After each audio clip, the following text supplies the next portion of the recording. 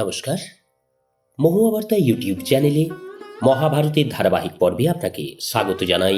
আজকের পর্ব কার্তিকের জন্ম এবং তার দেব সেনাপতিত্ব গ্রহণের উপাখ্যান। চ্যানেলে যারা নতুন তাদের অনুরোধ জানাবো চ্যানেলটি সাবস্ক্রাইব করে মহাভারতের এই ধারাবাহিক পর্বগুলো শ্রবণ করুন। আসুন আজকের পর্ব শুরু করি। যুধিষ্ঠির জিজ্ঞাসা করলেন, ভার্গব শ্রেষ্ঠ, স্বামী কার্তিকের জন্ম কিভাবে হয়েছিল? তিনি কেমন করে অগ্নিপুত্র হলেন? সেই সব কথা আমাকে যথাবোধ কৃপা করে বলুন। ঋষি মার্কণ্ডেয় বললেন, কুরুনন্দন, আমি তোমাকে স্বামী কার্তিকের জন্ম বৃত্তান্ত বলছি। পূর্বকালে দেবতা এবং অসুর নিজেদের মধ্যে প্রায়ই সংগ্রামে রত থাকতেন। ভয়ঙ্কর রূপ ধারণকারী অসুররা দেবতাদের সর্বদাই পরাজিত করত। ইন্দ্র যখন বারংবার তার সেনাদের নাশ হতে দেখলেন, তখন তিনি মানস পর্বতে গিয়ে এক শ্রেষ্ঠ সেনাপতি কি করে লাভ করা যায় তার জন্য চিন্তা করতে লাগলেন। সেই সময়ে তিনি এক নারীর করুণ আর্তনাদ শুনতে পেলেন। সে বারংবার চেঁচিয়ে বলছিল, কোনো পুরুষ আছে, আমাকে রক্ষা করো, কোনো পুরুষ আছে, আমাকে রক্ষা করো। ইন্দ্র তার আর্তনাদ শুনে বললেন, ভয় পেও না, এখানে তোমার ভয় পাবার কিছুই নেই। এই বলে সেখানে পৌঁছে দেখলেন হাতে গদা নিয়ে কেশী দৈত্য সেই নারীটির সামনে দাঁড়িয়ে আছে। ইন্দ্র সেই নারীর হাত ধরে বললেন, ওরে নীচ কুকর্মকারী, তুই কি করে এই নারীটিকে হরণ করতে চাস? মনে রাখিস, আমি বজ্রধারী ইন্দ্র, তুই এখনই একে ছেড়ে দে। তখন কেশী বলল, আরে ইন্দ্র, একে আমি বরণ করে নিয়েছি, তুই একে ছেড়ে দে, তাহলেই তুই বেঁচে নিজ পুরীতে ফিরতে পারবি। এই বলে কেশী তার গদা ইন্দ্রের উপরে ছুড়ে দিল। ইন্দ্র বজ্রের সাহায্যে তাকে মধ্যপথে কেটে ফেললেন। কেশী তখন অত্যন্ত ক্রুদ্ধ হয়ে ইন্দ্রের উপর একটি বিশাল পাথর ছুড়ল। পাথর আসতে দেখে ইন্দ্র সেটিও টুকরো টুকরো করে দিলেন। সেই টুকরো পড়ার সময় তাতে কেশী আঘাত পেল, আর কেশী সেই আঘাতে ভয় পেয়ে নারীটিকে ফেলেই পালিয়ে গেল। কেশী দৈত্য চলে গেলে ইন্দ্র সেই নারীটিকে জিজ্ঞাসা করল, তুমি কে? কার কন্যা? এখানে তুমি কি করছো? কন্যা উত্তর দিল, ইন্দ্র, আমি প্রজাপতির কন্যা, আমার নাম দেবসেনা। দৈত্য সেনা আমার বোন, কেশী তাকে নিয়ে গেছে। আমরা দুই বোন প্রজাপতির অনুমতি নিয়ে একসঙ্গে খেলার জন্য এই মানস পর্বতে আসতাম। কেশী দৈত্য প্রতিদিন তার সঙ্গে যাওয়ার জন্য বলতো। দৈত্য সেনার তার সঙ্গে প্রণয় ছিল, কিন্তু আমি তাকে পছন্দ করতাম না। তাই দৈত্য সেনাকে কেশী নিয়ে গেলেও আপনার পরাক্রমে আমি রক্ষা পেয়েছি। এখন আপনি যে পরাক্রমী বীরকে ঠিক করবেন, আমি তাকেই আমার পতি বলে বরণ করব। ইন্দ্র বললেন, আমার মা হলেন দক্ষকন্যা অদিতি, সুতরাং তুমি আমার মাস্তুত বোন। এখন বলো, কিরূপ পরাক্রমশালী পতি তুমি কামনা করো? কন্যা উত্তর দিল, যিনি দেবতা, দানব, যক্ষ, কিন্নর, নাগ, রাক্ষস এবং দুষ্ট দৈত্যদের পরাজিত করবেন। মহাপরাক্রমশালী, অত্যন্ত বলবান, এবং যিনি আপনার সঙ্গে মিলে সমস্ত প্রাণীর উপর বিজয় লাভ করবেন। সেই ব্রহ্মনিষ্ঠ এবং কীর্তি বৃদ্ধিকারী ব্যক্তিকেই আমি পতিরূপে পেতে চাই। ঋষি মার্কণ্ডেয় বললেন, রাজন, সেই কন্যার কথা শুনে ইন্দ্র অত্যন্ত দুঃখিত হয়ে ভাবলেন যে এই মেয়ে যেমন পতি চায় তেমন তো কোনো পাত্র দেখা যাচ্ছে না।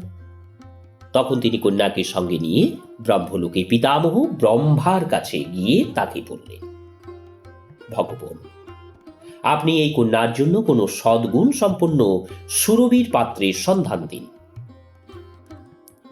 ব্রহ্মা বললেন, এর জন্য তুমি যেমন ভেবেছ আমিও তেমনই ভেবেছি। অগ্নির সাহায্যে এক পরাক্রমশালী বালক জন্ম নেবে, আর সেই হবে এই কন্যার পতি, এবং তোমার সেনাধ্যক্ষের কাজও সেই করবে। ব্রহ্মার কথা শুনে ইন্দ্র তাকে প্রণাম করে কন্যাকে সঙ্গে নিয়ে বশিষ্ঠ প্রমুখ প্রধান প্রধান ব্রহ্মর্ষি দেবর্ষি যেখানে ছিলেন সেখানেই গেলেন। সেই সময় এই মহর্ষিগণ যে যজ্ঞ করছিলেন, দেবতারা এসে তার থেকে নিজেদের ভাগ গ্রহণ করতেন। ঋষিরা আবাহন করার অগ্নিদেবও সেখানে এলেন এবং ঋষিদের মন্ত্র উচ্চারণপূর্বক প্রদত্ত বলি গ্রহণ করে বিভিন্ন দেবতাদের দিতে লাগলেন।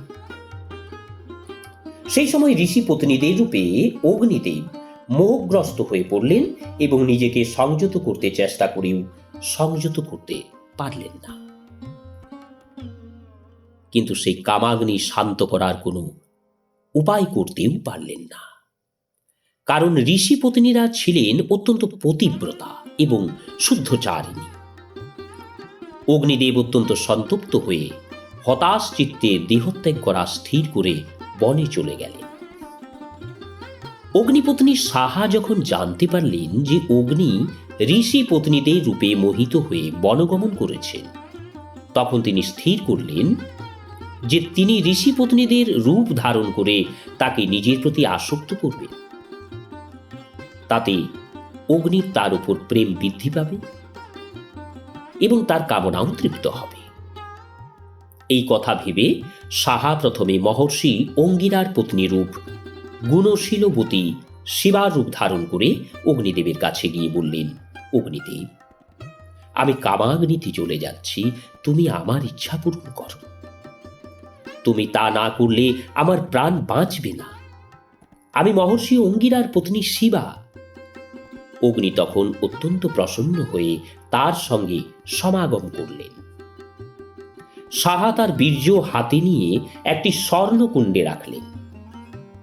তো এইভাবে সাহা সপ্ত ঋষির প্রত্যেকের পত্নীর রূপ ধারণ করে অগ্নির কামবাসনা পূর্ণ করলেন। কিন্তু অরুন্ধতীর তপস্যা এবং শক্তির প্রভাবে তার রূপ ধারণ করতে সক্ষম হলেন না। এইভাবে সাহা প্রতিপদের দিন 6 বার অগ্নির বীর্য সেই সুবর্ণকণ্ডে রাখলেন। সেই বীর্য থেকে এক ঋষি পূজ্য বালক জন্মগ্রহণ করলেন। স্থলিত বীর্য থেকে উৎপন্ন হওয়ায় তার নাম হল স্কন্দ।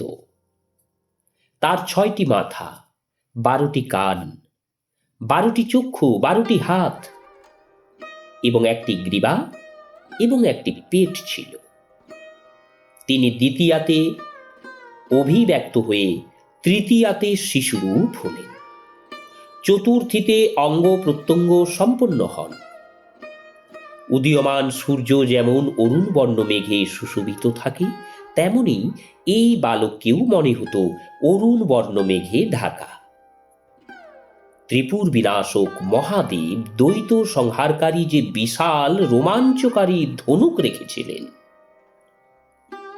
স্কন্দ সেই বিশাল ধনুক তুলে নিয়ে ভীষণ সিংহনাদ করে ত্রিলোকের সমস্ত প্রাণীকে হতচিতন করে দিলেন।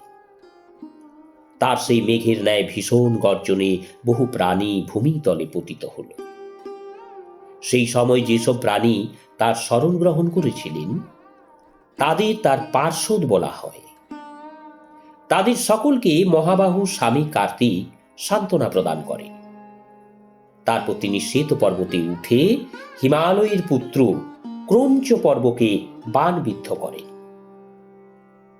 সেই ছিদ্রপথে এখনো হংস এবং বৃদ্ধ পক্ষী মেরু পর্বতের উপর দিয়ে গমন করে থাকে। কার্তিকের বাণে বিদ্ধ হয়ে ক্রঞ্চ পর্বত আর্তনাদ করতে থাকে এবং আর্তনাদ করতে করতে সে পড়ে গেল। তাকে পড়তে দেখে অন্যান্য পর্বতও তীব্র চিৎকার করতে লাগল। পর্বতদের সেই আর্ত তীব্র চিৎকার শুনে মহাবলী কার্তিক বিচলিত হয়নি। তিনি এক শক্তিশালী আয়ুধ হাতে নিয়ে সিংহনাদ করতে লাগলেন। তিনি সেই শক্তিশালী আয়ুধ ছুঁড়ে শ্বেতগিরির একটি বিশাল শিখর ভেঙে ফেললেন। তার আঘাতে বিদীর্ণ সেই শ্বেত পর্বত ভীত হয়ে অন্যান্য পাহাড়ের সঙ্গে পৃথিবী ত্যাগ করে আকাশে উড়ে গেল।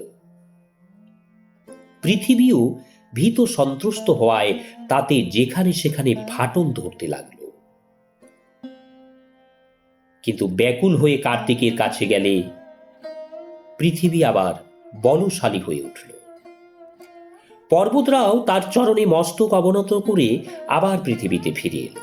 তারপর থেকে প্রতি শুক্লপক্ষের পঞ্চমীর দিন লোকে তার পূজা করতে থাকল। এদিকে সপ্তর্ষিরা যখন এই মহা তেজস্বী পুত্রের জন্ম বৃত্তান্ত শুনলেন, তখন অরুন্ধতী ব্যতীত অন্য সকল ঋষি পত্নীদেরই তাদের স্বামী ঋষিরা পরিত্যাগ করলেন।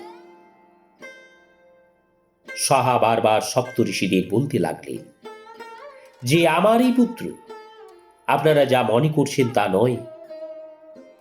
অগ্নিদেব যখন কামাতুর হয়ে বনগমন করেছিলেন, ঋষি বিশ্বামিত্র গোপনে তাকে অনুসরণ করেছিলেন, তাই তিনি সবই জানেন।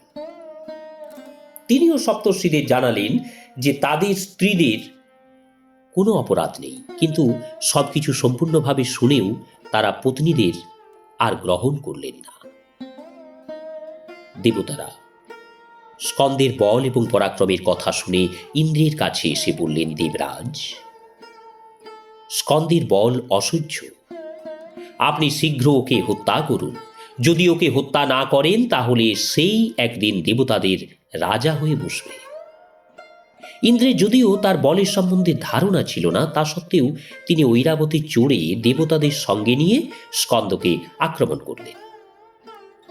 স্কন্দের কাছে এসে ইন্দ্র এবং সমস্ত দেবতা ভীষণ সিংহনাদ করলেন। সেই শব্দ শুনে কার্তিকেও সমুদ্রের ন্যায় ভীষণ গর্জন করলেন, আর সেই মহাগর্জনে দেবতাদের সেনাদল হতচেতন হয়ে পড়ল এবং তাদের মধ্যে চাঞ্চল্য দেখা দিল। দেবতারা তাকে বধ করতে এসেছেন দেখে কার্তিক ক্রুদ্ধ হয়ে তার মুখ দিয়ে জ্বলন্ত অগ্নির হলকা ছাড়তে লাগলেন। সেই আগুনের হলকা ভীত সন্ত্রস্ত দেবতাদের দগ্ধ করতে লাগলো। এতে দেবতাদের মস্তক, শরীর, অস্ত্র শস্ত্র এবং বাহনও দগ্ধ হয়ে ছিন্ন ভিন্ন তারার মতো মনে হতে লাগলো। তো এইভাবে দগ্ধ হয়ে তারা ইন্দ্রকে পরিত্যাগ করে অগ্নিপুত্র স্কন্দের শরণ গ্রহণ করলেন। ফলে দেবতারা কার্তিকের হাত থেকে রক্ষা পেলেন। দেবতারা ইন্দ্রকে পরিত্যাগ করলে ইন্দ্র স্কন্দের উপর বজ্র নিক্ষেপ করলেন। সেই বজ্রের আঘাতে কার্তিকের দক্ষিণ অঙ্গ আহত হয়, আর সেই অঙ্গ থেকে আর একজন পুরুষ প্রকটিত হয়। সেই পুরুষ যুবাবস্থা প্রাপ্ত এবং স্বর্ণকবচ, শক্তি এবং দিব্যকুণ্ডল পরিহিত। স্কন্দের শরীরে বজ্র প্রবেশ হাতে এই পুরুষ উৎপন্ন হওয়ায় তিনি বিশাখ নামে প্রসিদ্ধ হন। প্রলয়াগ্নির মতো তেজস্বী আর একজন পুরুষকে উৎপন্ন হতে দেখে ইন্দ্র অত্যন্ত ভীত হলেন। তিনি হাত জোড় করে তখন স্কন্দেরই শরণাপন্ন হলেন। স্কন্দ তখন সেনাসহ ইন্দ্রকে অভয়দান করলেন। দেবতারা প্রসন্ন হয়ে বাদ্যধ্বনি করতে লাগলেন। তখন ঋষিরা তাকে বললেন, দেবশ্রেষ্ঠ, তোমার কল্যাণ হোক, তুমি সমস্ত জগতের মঙ্গল করো। তুমি মাত্র 6 দিন পূর্বে উৎপন্ন হয়েছ, এর মধ্যেই তুমি সমস্ত পৃথিবীকে নিজ বশে এনেছ এবং তাদের অভয় প্রদান করেছ। সুতরাং তুমি এবার ইন্দ্র হয়ে 3 লোককে নির্ভয় করো। স্বামী কার্তিক জিজ্ঞাসা করলেন, হে মুনিগণ, ইন্দ্র ত্রিলোকের কি কাজ করেন এবং কিভাবে দেবতাদের রক্ষা করেন?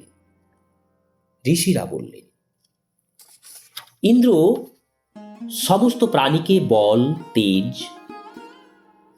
এবং সুখ প্রদান করেন এবং প্রসন্ন হয়ে সর্বপ্রকার ইচ্ছা পূরণ করেন। তিনি দুরাচারীকে সংহার করেন এবং সদাচারীকে রক্ষা করেন। সকল প্রাণীর প্রত্যেক কাজে তার অনুশাসন মানা হয়। সূর্য না থাকলে তিনিই সূর্য হন, চন্দ্রের অভাবে তিনি চন্দ্র হয়ে থাকেন। এইরূপ বিভিন্ন কারণে তিনি অগ্নি, বায়ু, পৃথিবী, জল হয়ে যান। এসব কাজে ইন্দ্রকে করতে হয়, কেননা ইন্দ্রের মধ্যে অত্যন্ত শক্তি আছে। বীরবর, তুমি অত্যন্ত বলবান, অতএব তুমিও আমাদের ইন্দ্র হও। তখন ইন্দ্রও বললেন, মহাবাহু, তুমি ইন্দ্র হয়ে আমাদের সকলকে সুখী করো। তুমি প্রকৃতপক্ষে এই পদের যোগ্য, অতএব আজই তোমার অভিষেক হোক। স্কন্দ বললেন, আপনি নিশ্চিন্ত হয়ে ত্রিলোক শাসন করুন, আমি আপনার সেবক, আমার ইন্দ্রপদের কোনো আকাঙ্ক্ষা নেই। ইন্দ্র বললেন, বীর, অদ্ভুত তোমার শক্তি, তোমার পরাক্রমে চমকিত হয়ে সব প্রাণী আমাকে হীনভাবে দেখবে। শুধু তাই নয়, তারা আমাদের মধ্যে বিভেদ সৃষ্টি করার চেষ্টা করবে। এইরূপ মতভেদ থাকলে তোমার আমার মধ্যে লড়াই চলতেই থাকবে। আমার ধারণা তাতে তোমারই জয় হবে। সুতরাং তুমি ইন্দ্র হও, এই নিয়ে আর চিন্তা ভাবনা করো না। স্কন্দ বললেন, ত্রিলোকে আপনি আমারও রাজা, বলুন আমি আপনার কোন নির্দেশ পালন করব?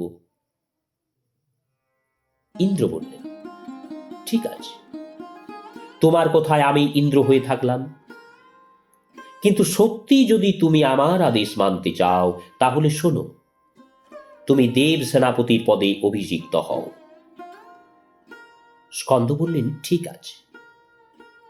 দানবদের বিনাশ, দেবতাদের অর্থসিদ্ধি এবং গো ব্রাহ্মণদের হিতার্থে আপনি প্রসন্নতা সহকারে আমাকে দেব সেনাপতি পদে অভিষিক্ত করুন।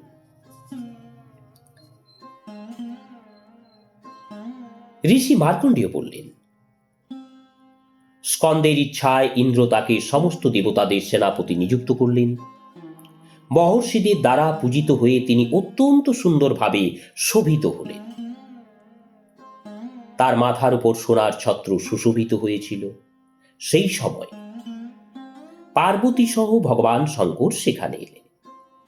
তারা এসে বিশ্বকর্মা নির্মিত একটি মালা তার গলায় পরালেন। অগ্নিদেব প্রদত্ত লাল রঙের ধ্বজা সর্বদা তার রথে শোভা পেত। তিনি সমস্ত প্রাণীর প্রচেষ্টা, প্রভা, শান্তি এবং বল ও দেবতাদের জয় বৃদ্ধিকারী শক্তি। সেই তিনি স্বয়ং তার কাছে এসে উপস্থিত হলেন এবং তার শরীরে জন্মের সঙ্গে উৎপন্ন হওয়া কবচে প্রবেশ করলেন। যুদ্ধের সময় তা সততই প্রকটিত হয়। শক্তি, ধর্ম, বল, তেজ, কান্তি, সত্য, উন্নতি, ব্রাহ্মণ্যতা, অসম্মোহ, ভক্তের রক্ষা, শত্রু সংহার এবং জগৎ রক্ষা, এইসব গুণ স্কন্দের মধ্যে জন্মগত ছিল। তাই সমস্ত দেবতাই তার সেনাপতি পদে বরণ করলেন। তারপর কার্তিকের কাছে সহস্র সহস্র দেবসেনা উপস্থিত হয়ে বলতে লাগলো, আপনিই আমাদের প্রভু। তখন স্কন্দ তা মেনে নিলেন এবং তাদের দ্বারা সম্মানিত হয়ে সকলকে আশ্বস্ত করলেন। ইন্দ্রের তখন কেশী দৈত্যের হাত থেকে রক্ষা পাওয়া দেবসেনার কথা স্মরণ হল। তিনি ভাবলেন যে এতে কোনো সন্দেহ নেই যে ব্রহ্মা একেই দেবসেনার পতি হিসাবে নির্দিষ্ট করেছে। তখন তিনি দেবসেনাকে বস্ত্রালঙ্কারে সুসজ্জিত করে তাকে স্কন্দের কাছে এনে বললেন, দেবশ্রেষ্ঠ, আপনার জন্মের পূর্বেই ব্রহ্মা একে আপনার পত্নী রূপে নির্দিষ্ট করে রেখেছেন। অতএব আপনি বিধিপূর্বক মন্ত্রোচ্চারণ করে এর পানি গ্রহণ করুন। স্কন্দ দেবসেনার পানি গ্রহণ করলেন। মন্ত্রবেত্তা বৃহস্পতি হোম যজ্ঞ সহকারে বিবাহ সুসম্পন্ন করালেন। দেবসেনা কার্তিকের পাটরানী হলেন। তাকেই ব্রাহ্মণরা ষষ্ঠী, লক্ষ্মী, আশা, সুখপ্রদা, শিনিবালী, কুহু, সদ্বৃত্তি এবং অপরাজিতা নামে অভিহিত করে থাকেন। নমস্কার, আজকের পর্ব এখানেই শেষ করছি। আসব পরবর্তী পর্ব নিয়ে শ্রী কার্তিকের কতিপয় উদার কর্মের কথা। চ্যানেলে যারা নতুন তাদের অনুরোধ জানাবো চ্যানেলটি সাবস্ক্রাইব করে মহাভারতের ধারাবাহিক পর্বগুলো শ্রবণ করুন। রাধে রাধে, হরে কৃষ্ণ।